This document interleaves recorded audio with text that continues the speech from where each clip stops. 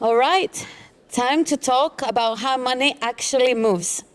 And in this case, how it moves faster, smarter, and more flexibly across systems and borders. Introducing this session is someone you've already seen on the EXPO this week. She's the co-CEO of Finance Magnates, and today she's stepping into the moderator seat. Please welcome Andrea Badiola Mateos. Thank you, Dustina. Thank you. Hi, everyone. Thank you so much for joining us today.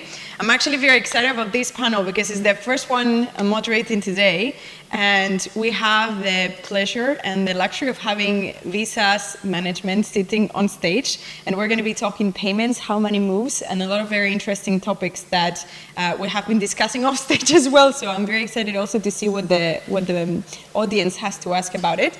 We will have a discussion between us, and then we will try to keep 5 minutes at the end for questions, so you can take note. I want to start by asking them to briefly introduce themselves very quickly. Michael? Thank you, Andrea. Pleasure to be here with all of you. My name is Michael Ioannides, and I'm the country manager of Visa in Cyprus, and pleasure to be with you as always. Thank you, Michael. Isabelle? Good morning, everyone. I'm Isabelle Olivier. I joined Visa a year and a half ago, and I'm heading the business development team for Visa Direct in Southern Europe. Thank you so much. I want to do a very quick show of hands just to get started so that when we talk in the discussion, we can tailor the answers a little bit more to what the audience is looking to get as an answer. How many of you in the audience are merchants, raise of hands, brokers? Nobody? PSPs? How many are EMIs, PSPs? Great, we have a few hands. The rest are being quiet. Technology providers? A couple others. Okay, the rest are preferring to stay quiet. Maybe they become less shy at the end. So let's start a little bit the conversation with something that seems to be a myth, since we've been discussing off stage several times about what Visa is doing these days. We call it network of networks, right? That's why we're calling the sessions that way as well. And we're talking about money movements, but there is a conception of Visa being associated with cards. This is, even in Cyprus, we were saying yesterday, right? You go anywhere to a restaurant, you say, how do you want to pay? Visa or cash? So Visa is definitely one of the preferred methods, and it's associated with cards. Can you both elaborate a little bit more as to what Visa is nowadays? Well, as you correctly noted, Visa is a network of networks. So it's not just cards. I would say that Visa is the very first fintech around the globe. Mm-hmm. And initially we started with cards, but nowadays it's not just about cards, it's about everything. It's the network that provides efficient solutions for anyone to pay and get paid. It's the network that provides the security infrastructure.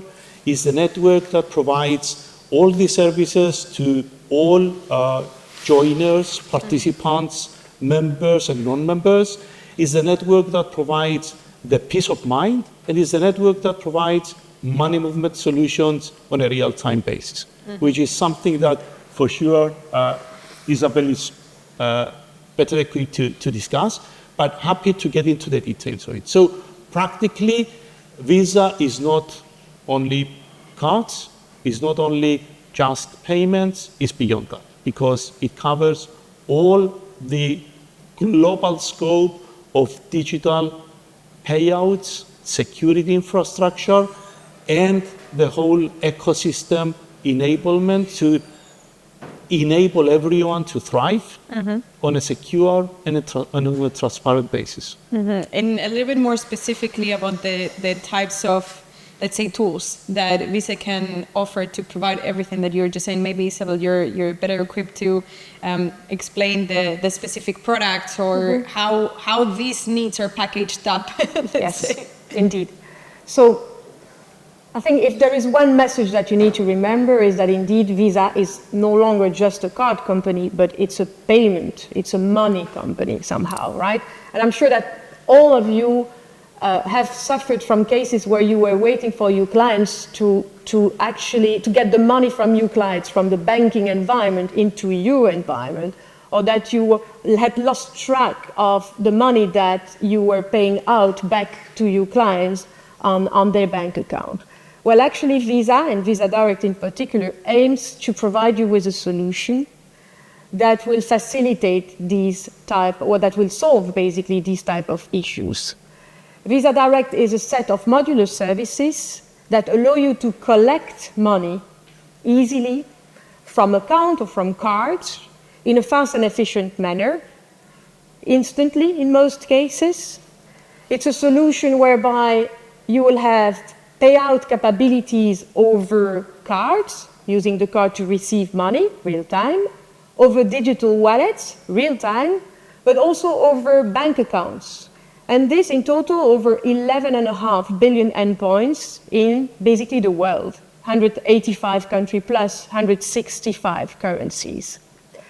This combined with FX services that you can link to the payout for an instant FX, but that you can also serve and consume as a separate service to potentially expand the number of currency you deal with, or to cover any hedging risk that you or your clients might have. So overall, we provide you with a solution to receive, exchange, and deliver money in real time across the globe in a number of currencies that I think most of you dream about. That's basically what Visa Direct is. And by the way, it can be offered to any type of player. Visa clients, not Visa clients. It's actually off the rails, I would say, of Visa, but using the technology, the security, the network, the fraud detection mechanism, and so on and so forth, for which Visa is today the trustful company you know for. So this is in a nutshell a bit what we offer and what we can facilitate for you in your daily operations and for the satisfaction of your clients.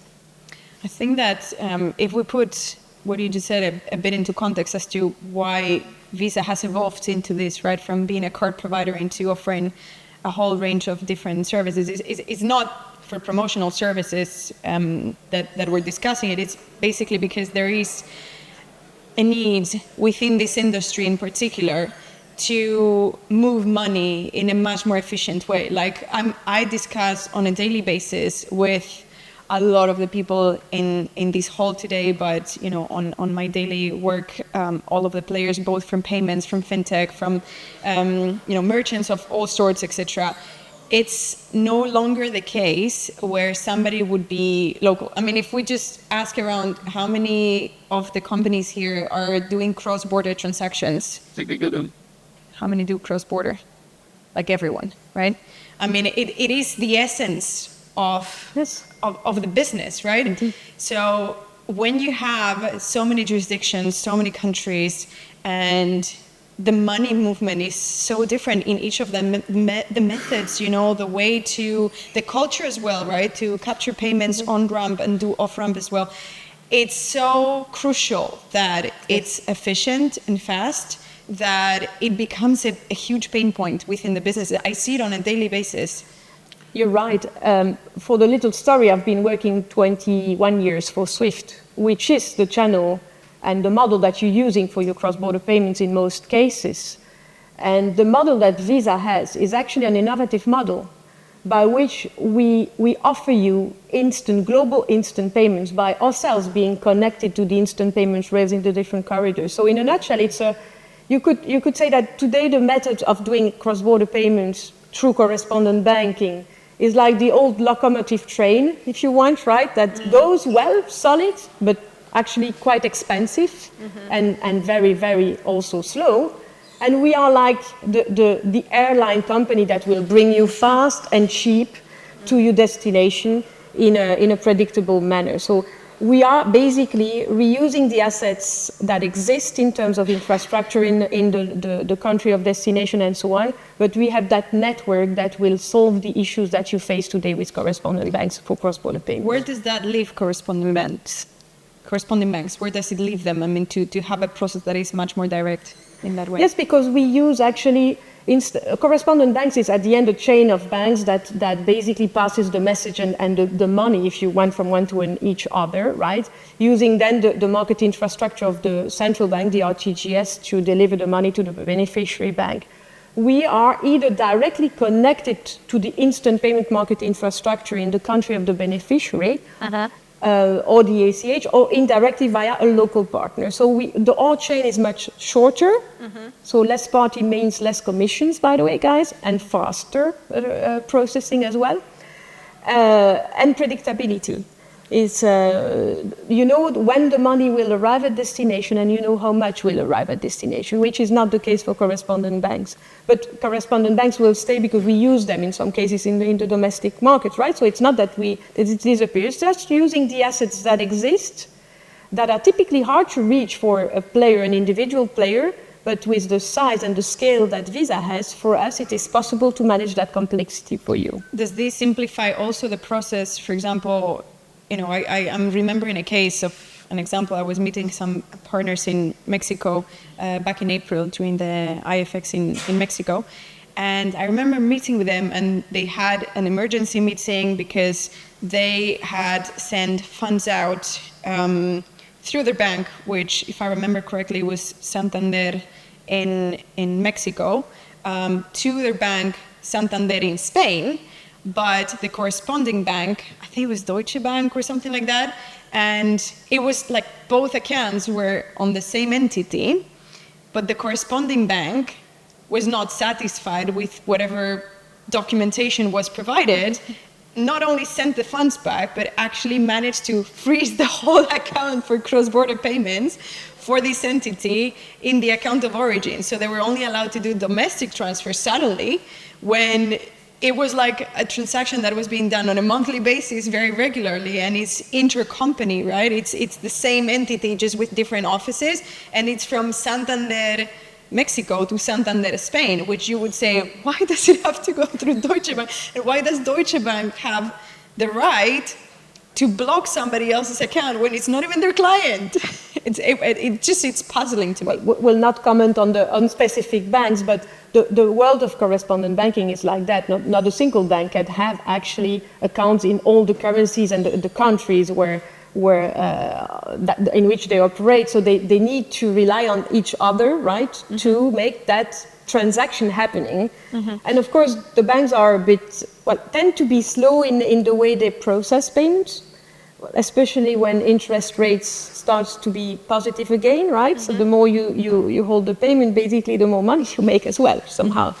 And again, for us, it's we are providing a solution which probably solves that, with all the security that we do. So we do screening, we do everything that we require to do, and even more than that, right? To make sure that what we transport over our channel is safe and is a healthy transaction. But we really can help solving these issues that you've mentioned, where, well, the money is somewhere, you don't know where, you don't understand why it doesn't arrive at destination, and when it arrives you say, oh, but what about the commission? So it cost me so much. These are the issues that we can actually solve, both on the collection side and on the payout side. And how can a merchant, for example, obtain Visa Direct services? Do they need to talk directly to Visa? Is it? Well, that could happen through their payment service providers, but they could talk to us directly as well. So, and then you would connect them? Of course. And in some cases, we could support them directly if they have the required regulatory licenses in place. But I would say that indeed nowadays the money movement is very crucial, and I would say that consumers today, they are eager to have real-time payments in their accessibility. And we have seen some statistics saying that more than 69% of the consumers are willing to switch to another financial institution if their existing financial institution is not providing real-time payments. So the issues there, and as Isabelle has noted very well, the important thing is to have some very good critical characteristics in terms of the payment, which is, first of all, the ability to have real-time payments, the security infrastructure, which is surrounding the whole vehicle of payments, but at the same time have transparency. Because by having some intermediation and having someone that, as example that you have shared, being the intermediary, not allowing funds to move straight ahead and deducting some fees as well, that's lack of transparency. So that's what we want to propose. That's what we cover in the interim stage, and that's why we have seen an exceptional demand in Visa direct money movements across the globe. But coming to your particular question, what we're suggesting is that the service is there. Our payment service providers connected to us are well educated. They have the facilities, they have the tools, and they have the appetite to support each and every merchant need to the aspect of money movement. Because If I may add, I think it's important that the audience understand that actually these services can be used also in B2B environments. So these channels, these rails that we are actually putting, that we are developing and expanding as we speak, can be used not just for retail transactions or for you to get, from retail clients your money in and out, but also for B2B transaction, for B2C, for G2B. I mean, there's no limits, let's put it that way, in the flows that we can transport. So it's very relevant, whatever the type of business that you might have. And Isabelle, if I'm allowed, so I could say that unveiling what is happening behind the rails, just noting that for all of us that we are using sometimes the functionality to load funds to one card from another card, the vehicle that is behind the scene and is actually transferring those real-time movements with a ping that you have the funds in your account is actually Visa Direct. So that's the service that is providing us day in, day out, the real-time payments without us knowing what is happening behind the scene. So that's it. Very, very simple. And we're talking about money movement currently in fiat currencies, but I want to talk about stable coins. It's a big topic these days, and a lot of the players that I have been interviewing and talking to, etc., they're incorporating more and more stable coins. How is Visa working with stable coins these days? Well, we are looking into it, of course, as well. We've taken a stake in a company that's active in stable coins.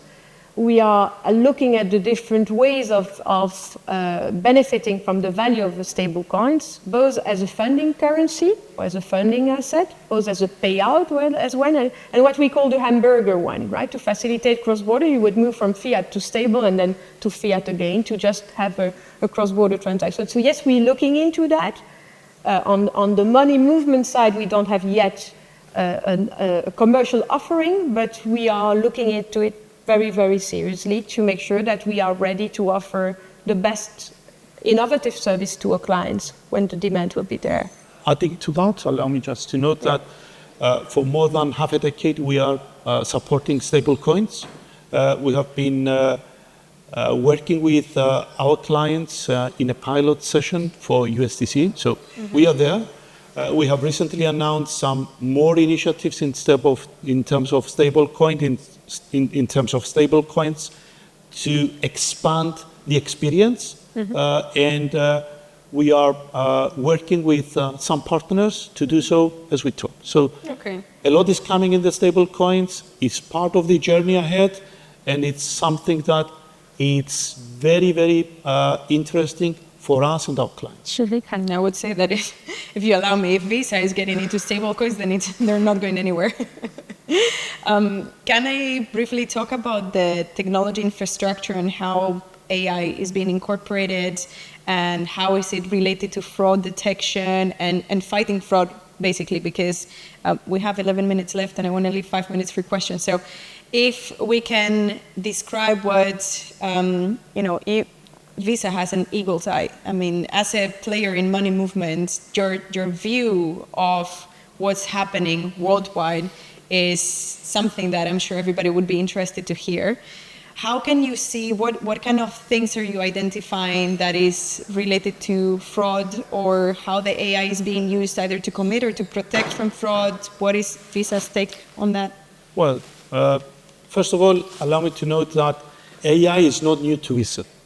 We have been utilizing AI in a lot of our services, some time now. A lot of our services are also providing AI intelligence within that. Of course, fraud is at the core center. And in terms of fighting fraud, it's very, very important to stay ahead of the bad actors. And to that respect, we have recently announced the digital identity solutions, which are part of that. So AI goes hand in hand in terms of risk management and fraud protection. But at the same time, in terms of AI, I would like to highlight that we have recently announced the introduction of AI agents as well. So intelligent commerce is coming into our life. So it's beyond fraud and risk monitoring. It's well beyond that.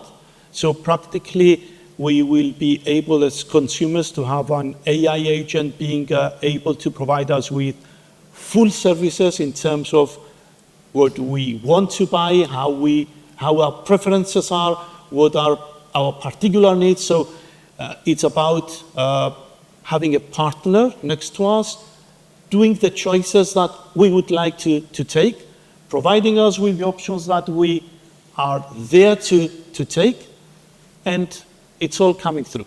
We're now at the pilot stage, coming through to Europe soon.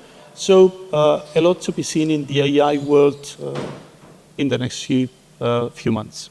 Do you witness from your end, or do you know of cases where AI has been used for fraud on members of Visa, principal members or actors, etc.? And are you helping them to cope and adjust for detection? Yes. We have actually, in the money movement space, we have different services that we offer to our clients by the way, for transactions that we support over Visa Direct, but also transactions that are on the traditional rails to actually help our clients fighting against fraud, right? We've got solutions like validation of payee, for instance, to make sure that you're indeed paying to the electricity company you believe you're paying, and so on and so forth. So we have different services to basically help our client fighting against the fraud, which I think is there to stay. And the more we evolve, the more the fraud is evolving as well. Even in terms of money movements, we are able to score the transaction as a transaction on the fly. We are able to apply velocity checks on that. And we're able to also confirm whether the recipient is maybe in the name appearing in sanction list. So if that's the case, the transaction is not performed at all. So it's declined right from the beginning. So there are a lot of AI tools to support the genuine business. There are a lot of tools to support our clients and their clients as well. So it's not just our PSPs connected to us or the issuers, but also the services from our Visa team to the merchants as well. Because it's the tricky part, right? If we're talking that we want to get as close as possible to real-time transactions, you know, the fraud part is, I think it's something that every player is very, very aware of, very careful about. And I remember when at FMLS we were discussing in your headquarters in London, and there was a presentation about Visa actions on fraud and the different tools being provided. I think that there's a lot of evolution in the space to be one step ahead from the fraudsters. And we are. I would just mention one product that is now in the process of being provided to all consumers, and that is the click-to-pay experience, whereby we will not need to add credentials on an e-commerce checkout page. So everything is captured through the service, and that service will be offered to the client, to the consumers, by adding Visa payment passkey on the device. So practically, the actual PAN details of the card associated with the device are linked so that provides a very stable security infrastructure. So my device is associated to my identity verification tools, biometric verification, either that being fingerprints or being facial recognition, to the payment device, to the payment card that I have added as a choice. So a lot is coming to that space in terms of bringing great user experience, bringing peace of mind and security as well. I have more questions, but since we have a bit less than 5 minutes left, I want to see if there is any questions from the audience. This is your chance. Any questions? Yes. Apparently, we've been very crystal clear. Crystal clear, or they just don't want to say it publicly. They will go ask at the booth. Well, but exactly. Happy to receive any questions at the booth downstairs. So. One of the things that if there is no questions from the audience, no, last chance? Great, so I will ask one last question that I'm sure that many of them are wondering. It's about card issuing, because obviously, I mean, we have left the cards discussion aside, but you do still provide cards. You are the card rail. Visa is providing one of the major card rails in the world. If anybody would want to issue cards or have cards as a method of receiving on-ramp and off-ramp, etc., how can Visa support that to different players? Well, things are very simple. So you either have to be a regulated entity by means of having a regulatory license in the region that you operate. If we take, for instance, Europe, you need to have a relevant license to issue cards in Europe, which usually comes under a financial institution or an EMI or a PI. So, which is by the central bank. Exactly. SASEC in this case, for by example. the central bank of the country where the entity is residing. Of course, that particular license could be passported in all EA countries, so it could support all the European region.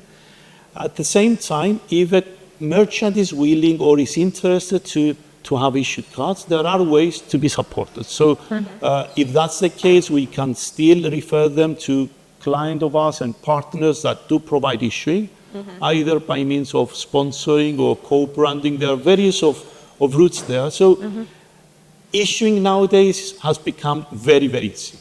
And I would just add that there are a lot of clients that are not interested to have the plastic at all. So they move directly to the very next step, which is virtual card, sitting directly on the payment wallet. So everything is now easy.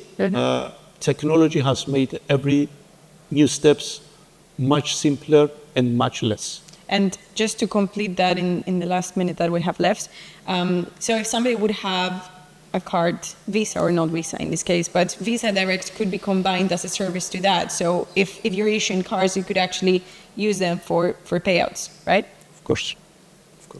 So by issuing cards, you enable your cards to receive funds from the OCT payments out of Visa Direct, and you enable the cards to pay out. At the same time, we are introducing a service which is called Visa Plus, which enables all of us to have the accessibility on a global database, which is practically, I would resemble that to a contact list on a phone, where we have associated my name with my phone number and my preferred default payment account or card.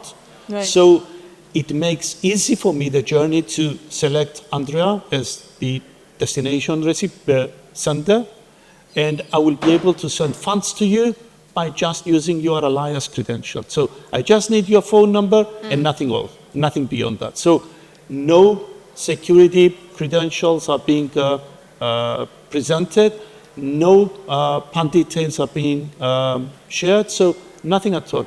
is just a connection of the allies. Account to account, wallet Card to to wallet. card, wallet to wallet. card. Or card to account, or account to wallet, or or even cash to whatever you want. So I think that's also a strong message. We can really help you expanding the way you collect, you transform, and you actually move money, whatever I would say the origin and the end point in terms of nature of the destination, or it can be wallet, it can be account, it can be cards. I think it is quite groundbreaking what Visa is working on these days, because it can really change the landscape of how payments are done and how money moves worldwide.